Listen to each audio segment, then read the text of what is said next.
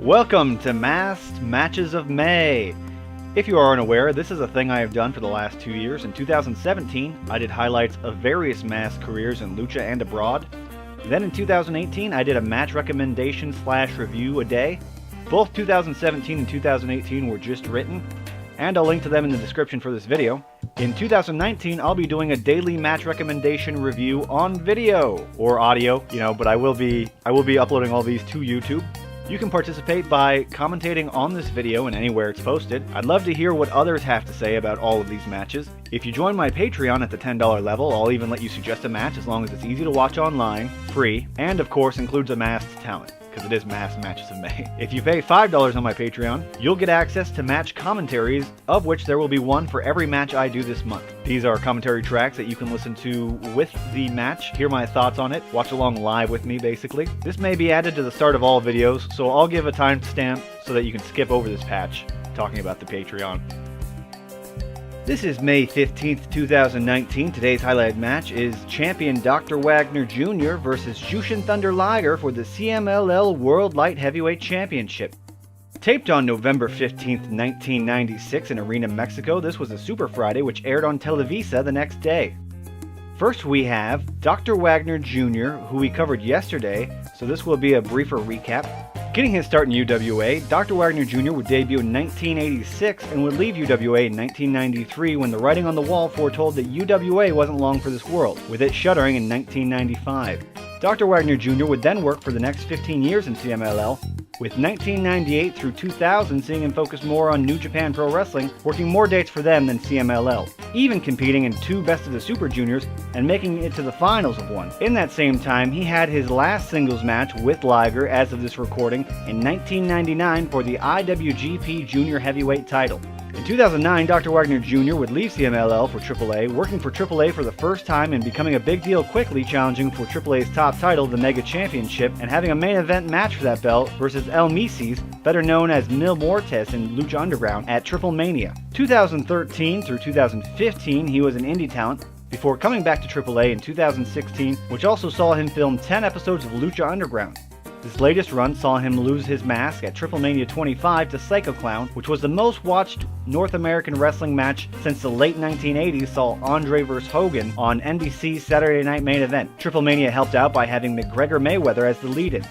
Currently, Dr. Wagner Jr. is mourning his younger brother Silver King, who tragically passed in the ring a few days ago as of this recording. Sharing photos on Twitter and having recorded some videos of him discussing his brother, Dr. Wagner Jr. is penned to fight Blue Demon Jr. in a mask vs. hair match at Triple Mania 27 in August. Jushin Thunder Liger, where does one start? Much like Gran Hamada, Kichi Yamada in his time was considered too small to compete, actually being refused to join the New Japan Pro Wrestling Dojo because he didn't meet the height requirement. This led him to Mexico, where he was starving to get by. New Japan Pro Wrestling brass visiting Mexico felt sorry for him and invited him back to Japan to train in their dojo.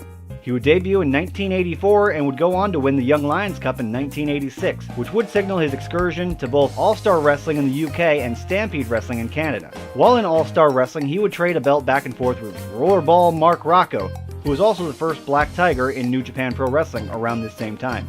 Within months of his Canadian excursion in 1987, New Japan Pro Wrestling called him back as they had a new gimmick they wanted to use. Jushin Liger, a popular anime at the time, would be the inspiration and the namesake. They had done this to great success earlier with Tiger Mask and hoped to have another big success. Thus, Jushin Thunder Liger was born. In the year since his return as Liger, he has never worked for another company more than he worked for New Japan in any given year. He, of course, would dominate New Japan Pro Wrestling's junior division in the 90s, having a staggering 11 reigns, 31 defenses, and combined 2,245 days with the New Japan Pro Wrestling Junior Heavyweight title. First place in all 3 regards, followed by Heat or Minoru Tanaka with 4 reigns, who is also second in defenses with 20, and second in days being Prince Devitt with 1,010 days over 3 reigns, just over Minoru Tanaka, who has 998 days over his 4 reigns. Outside of New Japan Pro Wrestling, Jushin Thunder Liger has found success too, working in Dragon Gate, CMLL, War, WCW, Noah, Osaka Pro, and Michinoku Pro. Liger also heavily worked in CMLL in 2010 and 2011. Last year, too, of course, we covered the Atomicos main event of Triple Mania 2000, which took place in Japan and featured Jushin. Right now, Jushin Thunder Liger is riding the road to retirement, announcing that Wrestle Kingdom 2020 will be his last outing on January 4th, 2020, and he and Minoru Suzuki have been feuding recently. With those bios out of the way, how was the match? Great! I love both of these guys, and this is a dream match made reality. The fact that these guys met like 6 or so times in singles matches, and at least 2 of them are on film, makes me happy. It really is surreal seeing 2 icons of their respective scenes clashing for the gold. So often in matches like this happen, sometimes one guy is just starting or just ending his career, and it doesn't live up to expectations. Here, both guys are in their prime, and it feels like they are in their prime, and both are treated as a big deal. Wagner coming in as champion and being a big name in CMLL, and Liger being the big foreign name that has also recently been making the rounds on WCW TV, less than you'd think though, considering how many people probably remember him being in a WCW ring. I love this moment in the first round when they did a test of strength sequence, real fun Lucha stuff right here. I also have to say that this match did a great job of not falling into the 2 out of 3 falls pit trap of having 2 very short first rounds and a long third round. I didn't time this match out, but the third fall was probably still the longest. It's still always nice when the first 2 rounds aren't a blink and you miss it affair, as sometimes is the case. Really love this match, and really love both guys, but I do have to say that I think their 1999 match in New Japan Pro Wrestling for the IWGP Junior Heavyweight title is the better match. I don't think that should be a controversial opinion either, as it is their last singles match, and this seems to be their first.